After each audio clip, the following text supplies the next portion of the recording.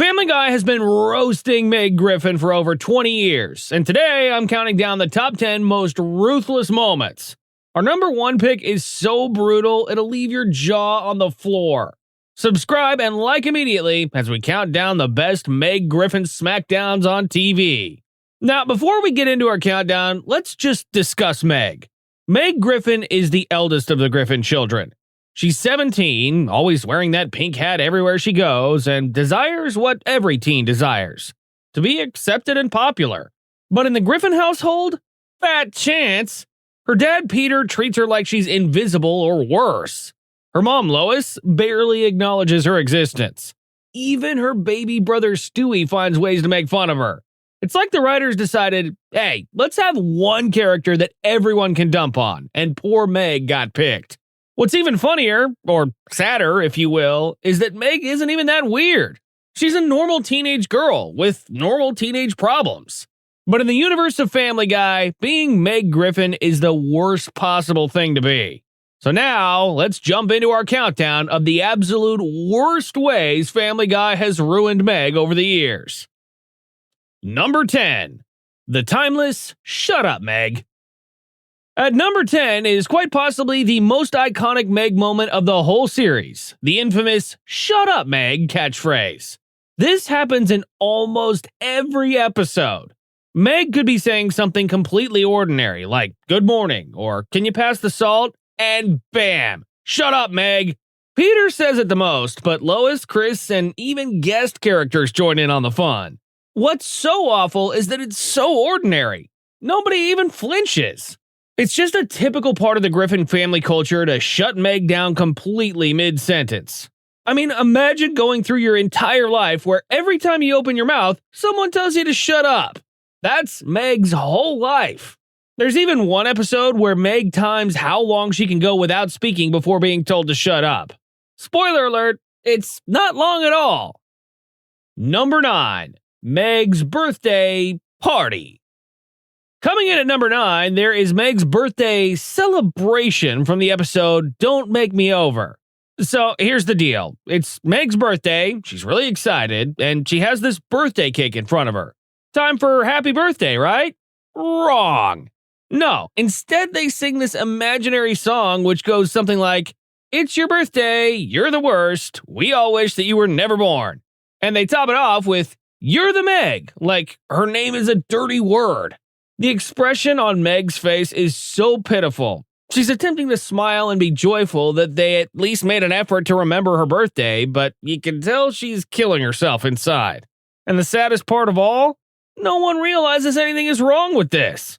They're all laughing and enjoying themselves while embarrassing her on what is supposed to be her day. Even Brian the dog, the voice of reason that he normally is, gets involved. Oh, come on, Brian. We expected better of you. Number 8. Meg's prison experience. Number 8 takes us to maybe the darkest Meg plotline ever, her prison sentence from Dial Meg for murder. On this program, Meg ends up in a jail for harboring a fugitive, who, incidentally, was her boyfriend, who was simply taking advantage of her. When she is in prison, it is strongly hinted that Meg becomes some other woman's prison wife to survive.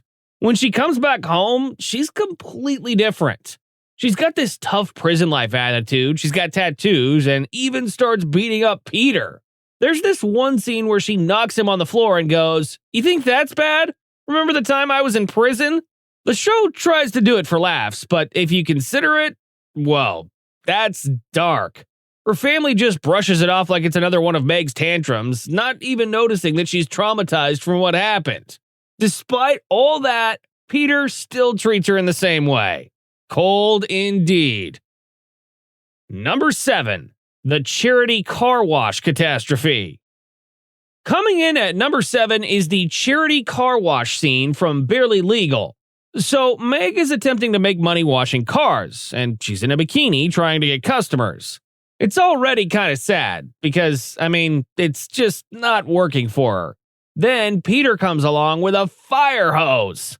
Rather than helping his daughter with her fundraising campaign, he ends up blasting her, soaring across the lawn with his violent gush of water.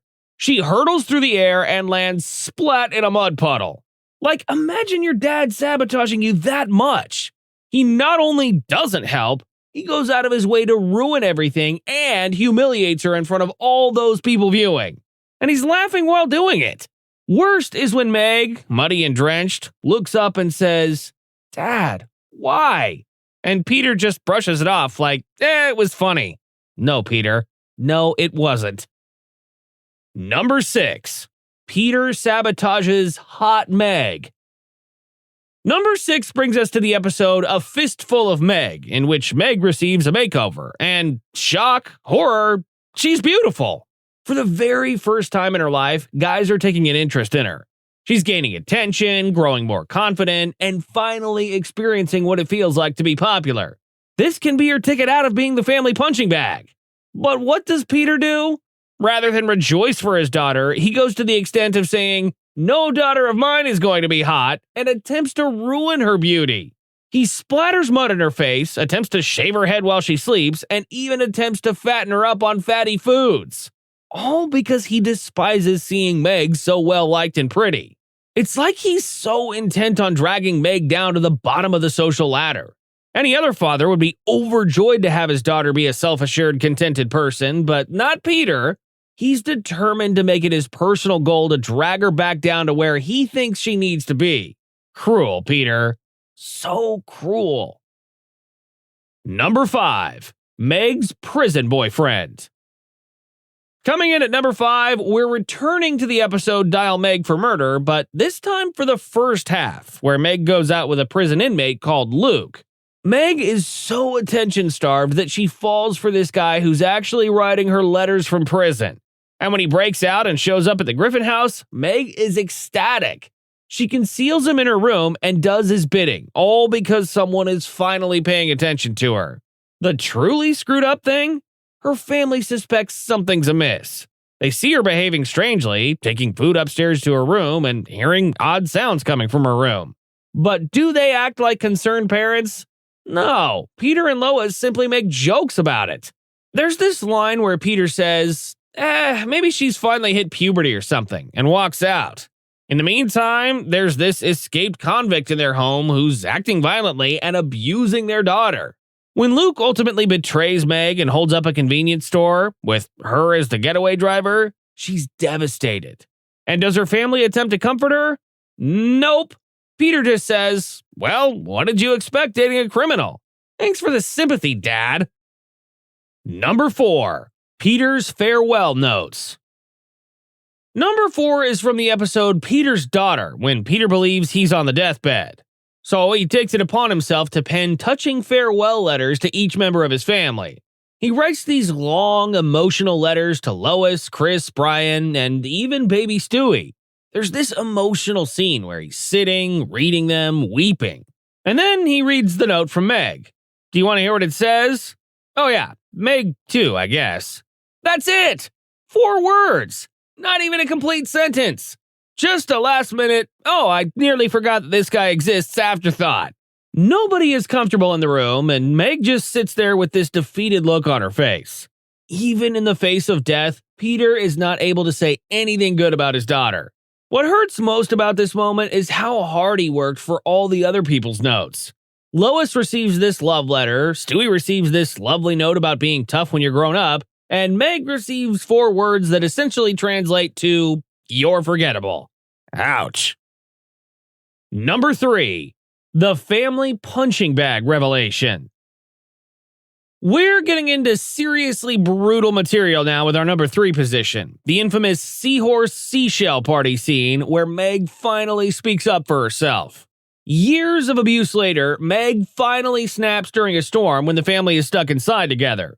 She tells Peter he's a horrible father, Lois she's a horrible mother, and Chris that the only reason he's so mean to her is because he's mimicking their parents. And something amazing happens. They all listen. They seem to realize how awful they've been. But then there's the twist. The family begins to fall apart without Meg as a punching bag. They begin to bicker with one another instead. And Meg, being the altruistic human being that she is, goes and takes everything back that she said. There's this one sad moment when Peter goes, "So you want to be the lightning rod again?" And Meg just nods sadly. She assumes her role as the family scapegoat because she knows they need someone to torment to stay together. It is probably the most deeply psychologically hurt Meg moment in the entire series. Number 2. The awkward kiss. Coming in at number 2, we have maybe the most humiliating Meg moment ever from Friends Without Benefits.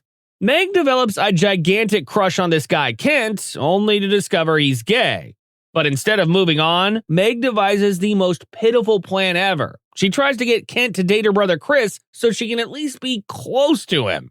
The scheme goes awry, of course, and in a moment of utter desperation, Meg kisses Chris, her brother. Chris loses his temper, as anybody would, and even says, "What is wrong with you?" Meg just sits there, embarrassed once again. What's cruel about this scene is that it illustrates just how broken Meg's self-esteem has been after all those years of abuse.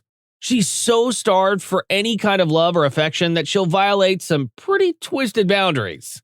The writers simply didn't hold anything back in portraying just how low Meg's life has descended. Number 1. Peter's Hospital PowerPoint. And finally, for our number 1 moment, the worst thing the show has ever done to Meg from the episode Peter's Daughter. Meg lands in the hospital when she nearly drowns, and it's serious. She may not survive. This is the spot where most fathers would be heartbroken, right? Not Peter Griffin. Rather than worrying about his daughter's life, Peter creates a PowerPoint presentation called Meg's Greatest Embarrassments to present to everyone in the hospital room. He is laughing as he presents slides of all the moments Meg embarrassed herself. There are doctors, nurses, and other patients who are watching as Peter is roasting his daughter, who is unconscious and in a life-or-death struggle. Even Lois, at times nice to Meg, sits and lets it continue. The absolute worst is when Meg wakes up and registers what's happening.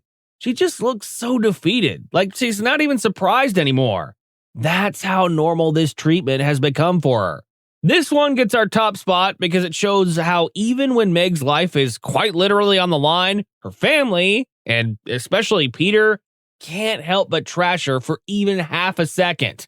If that's not destroying someone, I don't know what is. Dad? And there you have it, folks. The top 10 times Meg, Family honey, Guy I always thought completely you were beautiful. ruined Kiss Meg the Griffin. Poor Meg. Can't she get a break, though?